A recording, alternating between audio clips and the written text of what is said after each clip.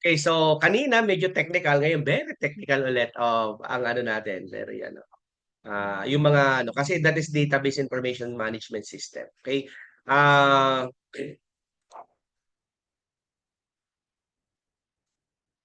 database, what is database and why is it important, no?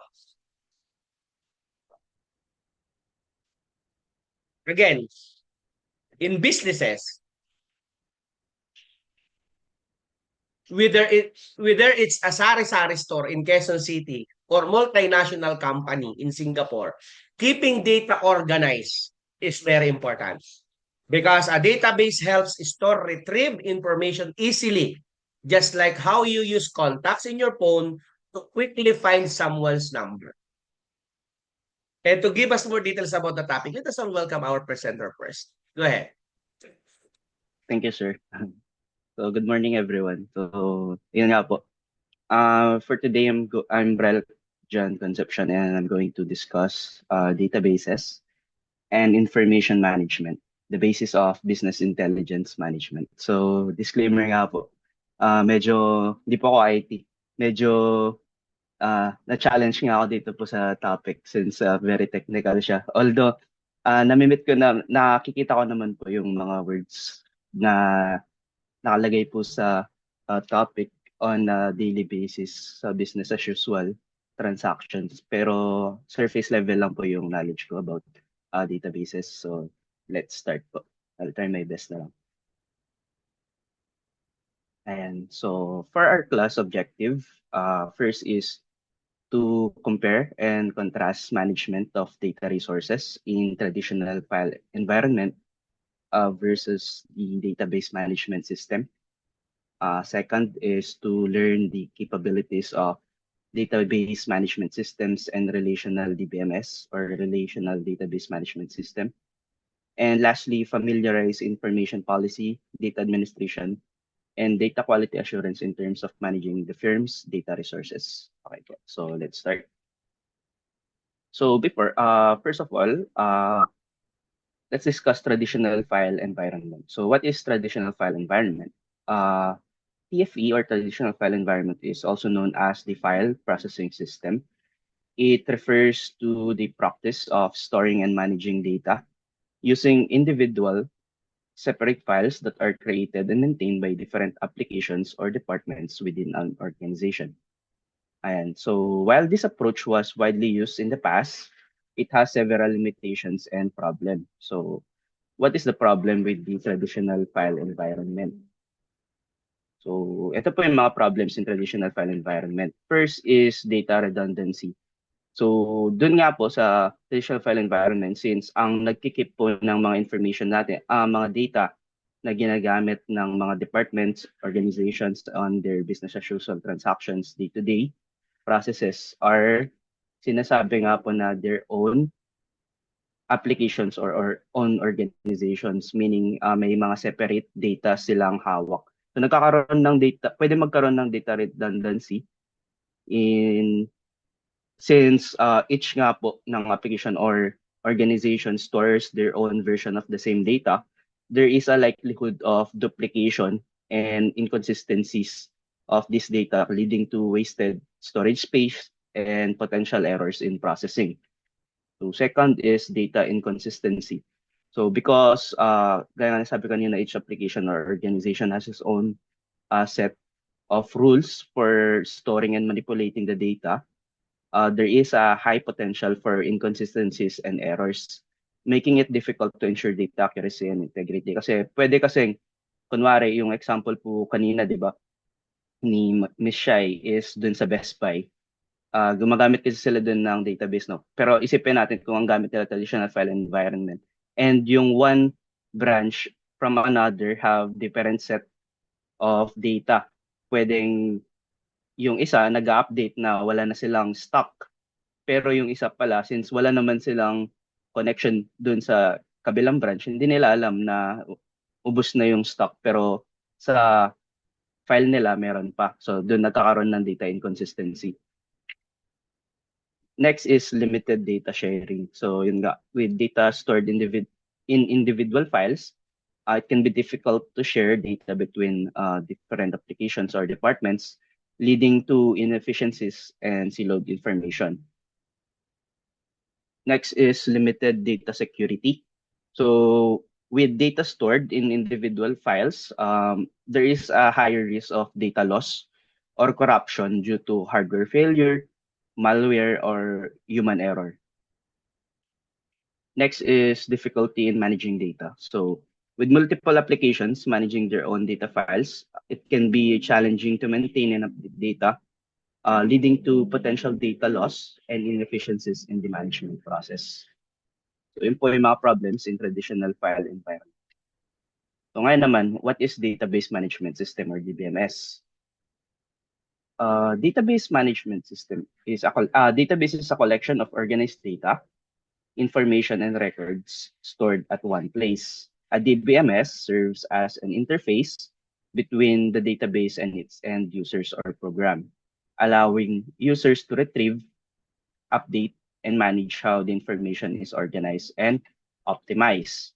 So, yun nga po. Ano ba yung mga capabilities ng DBMS? So, first is to define a particular database in terms of its data types, structures, and constraints. So, di ba kasi when in an organization, madaming data na kinikip. So, madaming files and madami yun masyado. With DBMS kasi, we can define what yung kailangan lang natin na information. So, yun po yung capabilities ng DBMS. With DBMS, mas nagiging efficient siya since kung ano lang yung need nating ma-retrieve the data, yun lang yung i-define natin sa kanya. Yun yung ma-receive natin. Second is construct or load the initial database content on a secondary storage medium. So, yun po. And third, manipulating the database. So, yun nga po, sa retrieval, pwede nating i-query using SQL.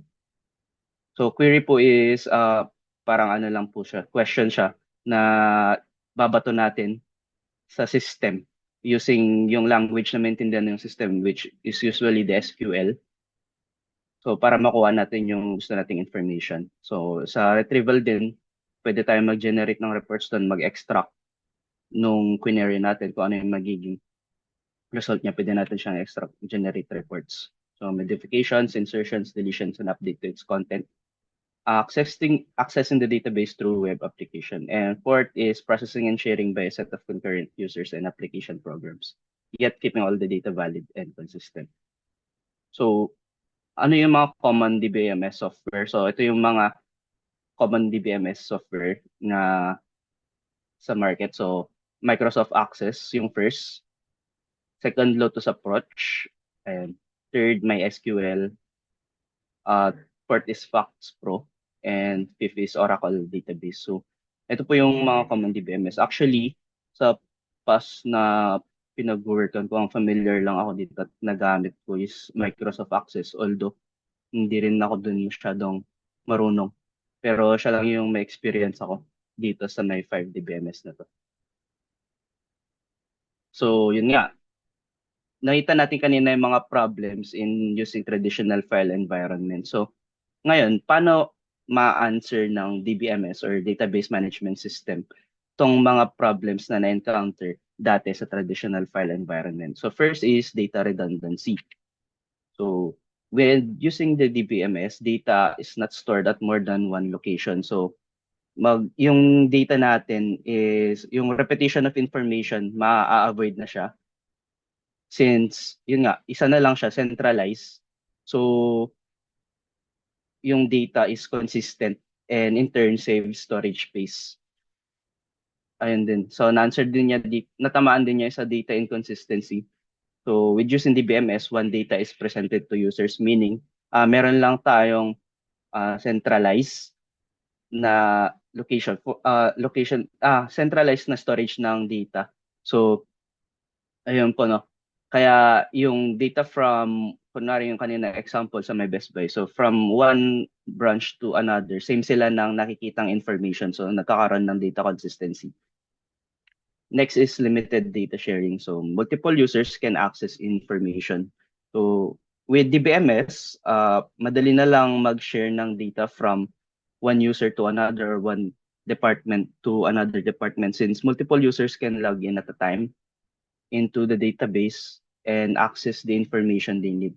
So yun, pwede na, madali na din yung data manipulation since kapag may na-edit dun, real time naman siyang mag-affect. So yun po, same data siya all across.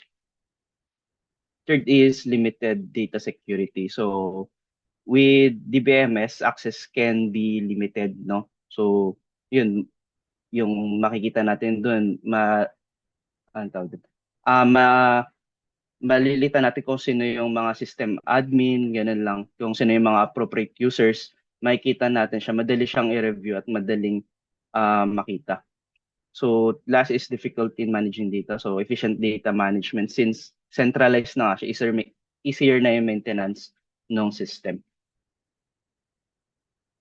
So next naman. So dito. So different database models are used by modern DBMS na to maintain track of entities, properties, and relationship. So ang relational DBMS is the most common type of DBMS currently, which tables are usually used in relational database management system to display data and relationship between the information. So yun nga.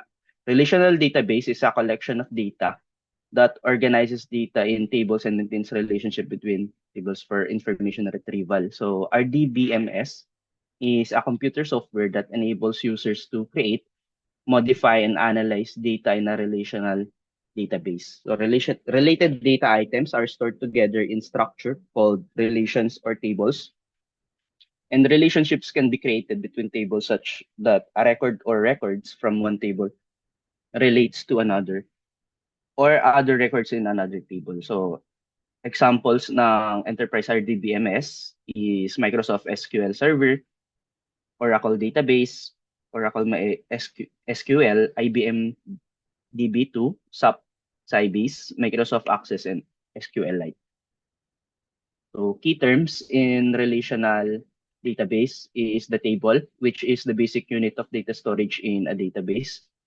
So data is stored in rows and columns. So papakita natin kung ano yung table, although alam mo naman, familiar na tayo sa tsura ng table. Connection between tables is made by a primary key and a foreign key pair, where the foreign key in a table is the primary key for another table. Query is used to create, manipulate, or view database objects. So query is a statement used to extract, change, analyze, or request for specific data from one or more tables. So yun nga, for example, yung gusto lang nating makita is how many individuals in the database live in a given city, or gusto lang natin makita is how many individuals have registered uh, in the database within a given time period. So yung query natin is naka-based dun. So para yun lang yung makuha nating data from the database. Report is formatted view of data from the database within user-defined parameters, often generated in an external file format such as TXT. So yung report po, yung mag-generate natin dun pag in-extract natin siya, yung po yung report. Ayan. So ito po yung example ng tables. So ito, tables consist of one or more records of rows of data. So the data for each row is organized into a defined set of attributes organized into columns. So ito po yung rows and ito yung columns pa-vertical. So data types include string, text, character, numeric, which can be integer or float, date or time, or boolean, yes or no, true or false. So ito po yung tsura ng simple relational table, no? So ito yung first table, which is the customers table and the orders table.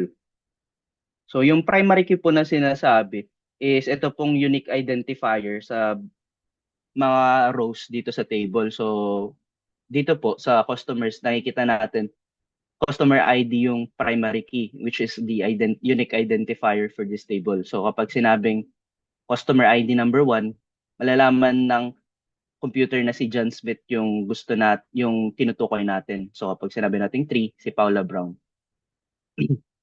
So yung connection po nitong customer table and sa orders table is itong customer ID, which is the primary key. Siya po yung foreign key dito sa order table. Since nandito po yung customer ID. So, kaya po siya tinawag na relational table. Dapat po magkaroon sila ng relationship yung dalawang table. So, dito nga po, customer ID yung naging relationship nila. So, ayan po. So, kapag titignan natin dito ngayon, pag iraran siya ng computer, kunwari gusto lang natin makita kung ilan yung binili ni John Smith. So kapag query natin yun, using this table po, yun, makikita natin dito na 99.95 yung amount ng in-order niya. Parang ganun po siya. So cloud-based, cloud-based database. So na-discuss na po to kanina pero patasadaan pa rin natin. Cloud-based databases are a database that typically runs on a cloud computing platform. So access to it is provided as a service. So example po ng mga cloud-based database is the AWS or Amazon Web Services and Azure. It was conceived for the purpose of online data management by using a variety of distributed servers. So yung cloud-based kasi pwede siyang pamalit dun sa mga traditional na physical servers since mas madali pong i-maintain yung cloud-based databases since hindi mo na kailangan ng uh, building, kunwari kung saan mo i-maintain yung mga servers. Tapos yung mga preventive maintenance, hindi mo na siya problemahin kasi yung service provider na yung gagawa nun para sa'yo. And then yung checking ng spikes and utilization, hindi mo na din siya kailangan masyadong i-check since kasama na nga yun sa binayaran natin. So basically gagamitin mo na lang siya. Tapos yung kunwari need natin na mag-upgrade since nakukulangan na tayo sa storage, madali na lang siya kasi parang subscription based naman siya kapag cloud based. So, pwede na lang dagdagan natin yung subscription natin. Instead, dun sa mga traditional physical server na kailangan pa natin bilan ng parts and yun, i-upgrade pa natin siya manually. So, ito nga, meron pala dito. Advantages, so cost-effective, convenience, and scalability. Yung sasabi ko kanina. Non-relational database. So, kanina, yung sa discuss natin, di ba, sa yung query sa mga databases, kailangan natin siya. So, dito po sa non-relational databases, tinatawag din siyang also called as NoSQL databases, which support documents with different fields. It's a collection of unstructured, structured, or semi-structured items, usually represented in the form of key values. Example of NoSQL databases is Oracle NoSQL database and Amazon SimpleDB. Ayan. So, ano nga ba yung use ng database in the business? So, ito po, may mga sinite po akong examples. Kunwari, sa airlines and railways. So, online databases can be used for reservation, displaying the schedule information. Sa banking, yung customer inquiry, accounts, loans, and other transaction. Since readily available siya, kung ano yung mga data natin sa database, pwede natin siyang i-share directly sa may customer natin para makita nila. Hindi na tayo mag-exert masyado ng effort. At least makikita nila yung information. Yun. Sa education naman, so yung course registration, result, and other information, ganun din po, di ba? Pag titignan po natin yung parang ano natin, yung orange app po natin, na nakikita natin dun yung mga information na sa atin po. So, yun po. Nakastore po yun sa database and nasi-share siya sa atin. Telecommunications, so communication network, telephone numbers, record of calls for generating monthly bills, e-commerce, business activities such as online shopping, booking a holiday package, consulting a doctor, and HR, organization use of database for storing information about their employees' salaries, benefit, taxes, and for generating salary checks. So, ito nga po. Ayan po. So, databases help improve business performance and decision-making of managers to help the organization run more smoothly. So next is the big data challenge. So data sets with volume so large that traditional DBMS cannot capture, store, or analyze. So big data also is the data in the petabyte and exabyte range. or billions to trillions of records from numerous sources. Big data can reveal more patterns and intriguing anomalies than smaller datasets. So ano nga ba yung big data? Big data po is, although wala siyang formal definition, yung big data, in terms po dito sa database are yung mga na-store pong values sa database na mahirap siyang i-read.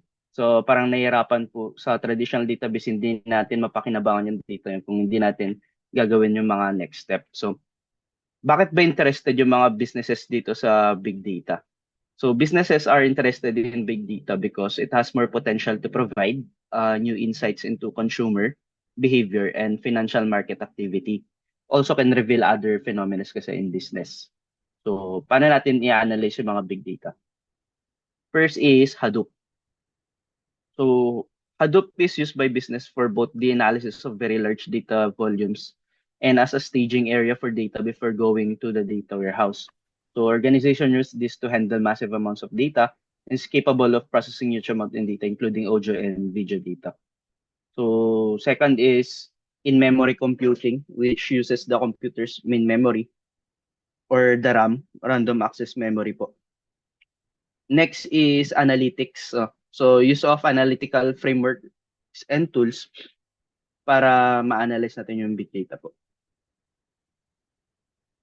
Next is data warehouse. Data warehouse is a database that houses both recent and old data that may be useful to decision makers across full business. So it may also include information from transactions made on website.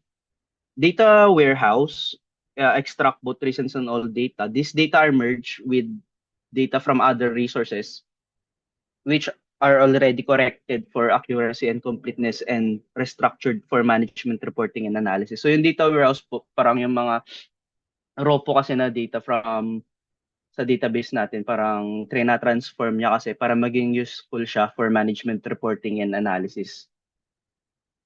So next is data marts naman. Data marts are subsets of a data warehouse. It is a smaller and decentralized warehouse, also known as enterprise-wide data warehouses. So data marts is a smaller version siya ng data warehouse. So bakit ba kailangan ng data marts? Yung data marts kasi, yung mga organization data, parang ginagamit nila to as a separate database for a particular user demographic. Since may focus group lang siya na ginagamitan, so dun ginagamit yung data marts. Next is data mining. Data mining uncovers hidden patterns and relationship in huge databases.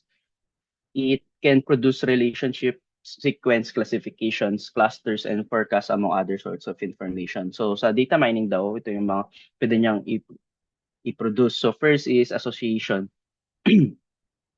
Associations are instances that are connected to a single event. So kunwari po, kapag may bumibili ng kape, using data mining, makikita natin na yung mga bumibili pala ng kape, most of the time, bumibili din sila ng asukal. So, the use of data mining, malalaman natin yun, which can help managers, no, na pwedeng i-bundle nila yung coffee and sugar para makapag-generate ng more sales. O kaya kapag meron silang stock ng coffee, dagdagan din nila yung stock nila ng sugar para makahabol siya sa sale ng coffee. So next is sequences. These are events that are chronologically linked. So example naman po ng sequences, kunwari, sa isang subdivision, kunwari may mga nagagawang bahay. Pwede sa data mining kasi kunwari, pag ginamit natin siya, malalaman natin na, pwede nating malaman na every time pala na may bagong bahay na nagagawa, bumibili sila ng ref or ng washing machine. So with the use of data mining, pag nakuha natin yung information na yun, as a business owner, pwede kapag nakita natin na katabi natin yung camellia tapos matatapos na yung isang phase, mag-move in na yung mga families dun, damihan natin yung stock natin ng ref or ng washing machine para makapag-generate tayo ng more sales. Third is classification and fourth is clustering. So parang pareho kasi itong dalawang to. So with data mining, na-identify yung traits of customer and group of people. So, if actually useful siya in banking since kunwari makikita natin doon, makaklasify natin yung mga prospect customers na hindi nagbabayad kunwari ng credit card. Ito yung common nila na mga information. So makikita natin doon mga kunwari 50 na users, age 20 to 25. Yun yung mga madalas na hindi nagbabayad ng CC on time. Pwede natin sa mga next, pwede nating iwasan yung mga ganun. So, yun po yung use niya sa classification and clustering. Fifth is forecasting. So, forecasting, so prediction. Pwede with the use of data mining, pwede tayo makapag-predict ng sales and trends. So, this system analyze patterns or trends at a high level, but they can also dig deeper to deliver more specific informations as required. Next is text and web mining. So, ano naman to? Text mining is these techniques may extract important information from massive data sets that are unstructured, find patterns, links, and summarize the findings. So, ginagamit tong text mining, no? Sample po is emails, memo, documents. Pag may need tayo, i-deep dive sa mga data natin na mahirap siyang i-check. Isa-isa yun, kunwari. Sa emails po, yung kailangan nating i-check, inspect is 100 emails or 1,000 emails. So, mahirap naman pag isa-isahin natin yun, titignan natin yung trends or yung common information dun in each email. So, with the use of text mining, pwedeng ma-summarize na lang yung lahat ng nandun sa email, ma-determine na natin na ito, yung mga need nating information dun. Actually, parang nakikita ko nga din to ngayon with the use of AI sa iPhones. Kunwari, pag madaming chat sa atin, parang pag inopen natin yung sa may notification, sinasummarize na niya yung message ng mga chats. Next is web mining. So, process of finding and analyzing interesting patterns and data from the internet. So, businesses may use this to analyze certain website effectiveness, study client behavior, or determine the degree of marketing campaign success. Itong web mining, actually, nakita ko siya ngayon recently lang nung nag-audit kami ng website ng bank namin. So, ginagamit tong web mining kasi para importante kasing makita yung analytics ng nasa isang website. So, doon makikita natin yung patterns and behaviors ng users. Kunwari, kung saang pages sila nagtagal tumingin, ano yung mga click nila doon, ilang minutes silang nag-stay dito sa product na to. So, magagamit natin yung mga yun information na yun para ma-improve pa natin kung ano yung na-deploy na natin sa system. Next is managing data resources. So, ito po. So, how to manage data resources? First is formulating a policy for information. So, dito. Data from your company are a valuable resource. So, rules must be established regarding who can access the data, how it should be maintained, and how it should be changed. So, important po yung mga information na nakastore sa database natin. So, paano po natin mapapangalagaan yun is first po, dito nga po sa formulating a policy for information, pwede nating magkaroon ng strict user access review. So, pwedeng i-check natin sino ba yung mga nakaka-access ng mga information sa database, yung mga system administration natin or mga super users, appropriate ba sila na may access, sino yung mga may override, nagkakandak ba ng accounts entitlement review yung company natin para makita kung tama pa yung mga roles and group profiles na nandun sa system. Kasi pag hindi, magkakaroon kasi ng data breach eh. So, kunwari may hindi tayo nakitang may excess roles pala dun na hindi dapat meron. So, yun, ma-affect yung data natin. Pwede siya magka-data breach and magka-data theft pa if malala. So, ensuring data quality. So, a data quality audit, which is a structural examination of the accuracy and degree of completeness of the data in an information system, is frequently the first step in the analysis of data quality. So, dito nga din po sa audit, usually importance po yung checking ng completeness and accuracy or CNA. Lalo na kapag yung database, yung mga information natin is nag-i-interface siya from one application to another or ginagamit siya. So makikita natin dun dapat kung ano yung isa-send na data dito and yung mare-receive, same siya ng in terms of completeness and accuracy, no? So yung yung first 1 to 5 information na may interface is same siya dun sa mga ka-receive. So dun may ensure natin na may data quality nga. So ayun nga po. So this thing should be implemented to make sure that the information in an organizational database is accurate and continues to be dependable po. So yun lang po yung presentation ko po. Thank you.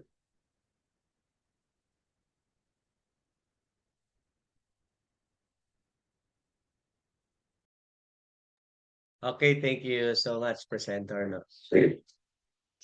A while ago, no, I mentioned what is database and why is it important. No? Sabi ko nga po, even yung mga sari-sari stores or multinational company, uh, keeping data organized, no, is very important. No?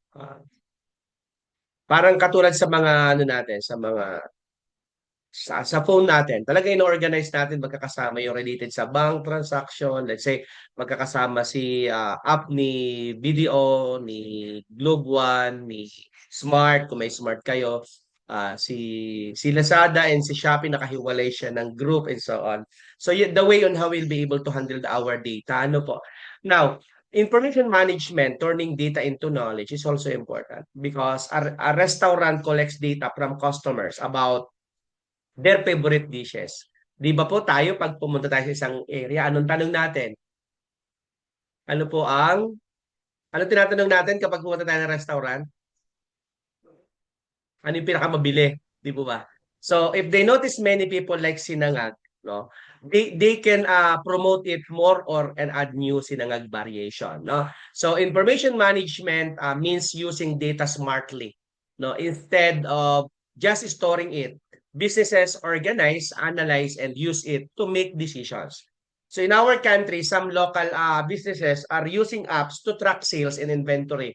And these tools manage information so owners can run their business better. A while ago, our presenter mentioned about business intelligence. What is it really? No? In an online selling, platforms like Lazada or Shopee show sellers graphs, no, of their weekly sales and top selling products. That's basic business intelligence. So it means to say that business intelligence is using data to make a smarter business decision. It's like having a dashboard that shows what's working and what's not. Now, big companies like Jollibee, no, or SM use business intelligence tools to know which brand is selling the most and which product needs improvement. Even small Filipino entrepreneurs can use pre-ops to track sales and trends. How about when it comes to international perspective? How do other countries do it? In Japan specifically, convenience stores like 7-Eleven use real-time data from their databases to restock shelves daily based on what people are buying. So globally, data is power. No? Countries with a strong data system can make better decisions in business, health, and even disaster. Okay? Or even disaster response. No? So the Philippines is catching up. No? Our government is trying to improve how it manages data through national ID systems and digital platforms like eGov.ph. Di ba pag nag-other country tayo, kailangan natin mag-fill out sa eGov.ph para dun sa declaration natin, sa health natin, and so on. Data management in public service. No? During the pandemic, LGUs or local government units collected information about vaccine recipients to schedule second doses. No? That's information management in action. So it's just for private businesses. It's not just for private businesses. No? Even local governments needs data management. If data is messy or incomplete, their services can't be delivered properly. Let's say, for example, if a barangay has no proper list of household, it's hard to give ayuda fairly. Now, that's why digital record keeping is important. No? bakit nga ba di pa ako nakakatanggap ng 4 piece, ayuda? Sa listahan din agad ako kasama, no? O, ano lang, singit lang. Now, so what will be the challenges in the Philippine setting? No? A school in the province still uses manual attendance logs and grade sheets, no, making it hard to track student progress or generate reports quickly. So, many businesses and offices in the Philippines still uses paper-based systems or Excel files, and these are hard to search, prone to human error, and can easily to be lost. No? So we need more training in tools to help even small organizations use simple databases like Google Sheet or pre-inventory no software. Now, how about the security and privacy? We need to keep data safe. No? So if someone hacks into a store's databases and sees all customer details, they could use that information to scam people. So managing data isn't just about organizing it. It must be protected too. With the rise of online payments and customer databases, Filipino businesses must follow the Data Privacy Act. That means not sharing private information without permission and securing it from hackers. No? Let's say katatapos lang ng medical technologies exams, no? Board exams. Ang school nag-post, congratulations to the following. Hindi yun allowed kung walang permission ng tao. Okay, now, so what will be the future of business intelligence in our country? Very ano yan, specific. Imagine farmers using a mobile app to input crop data. Then the app suggests the best time to plant or harvest based on weather patterns. That's where we're headed. No? As more Filipinos go digital, we will rely more on data to improve our businesses and services. Schools, LGUs, health centers, and even tricycle associations can benefit from organized, accurate, and timely data. With the right training and tools, data can help lift communities and grow our economy. Sabi siguro ng estudyante ko, pati tricycle driver, ano, just because, no, they could able to be benefited with the business intelligence. No?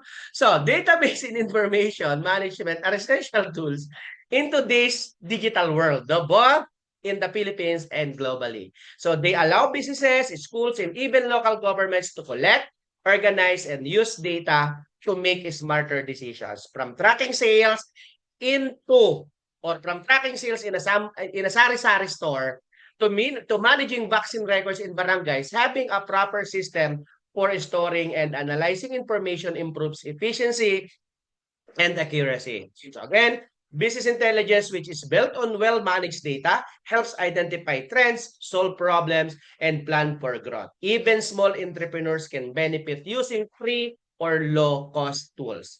However, challenges remain, especially in the Philippine setting, where some organizations still rely on manual processes or lack awareness of data security and privacy laws. To move forward, we need better information. When done right, data becomes a powerful asset that can uplift communities, improve services, and grow businesses of all sizes. So vote for me. Just kidding. Okay, thank you so much.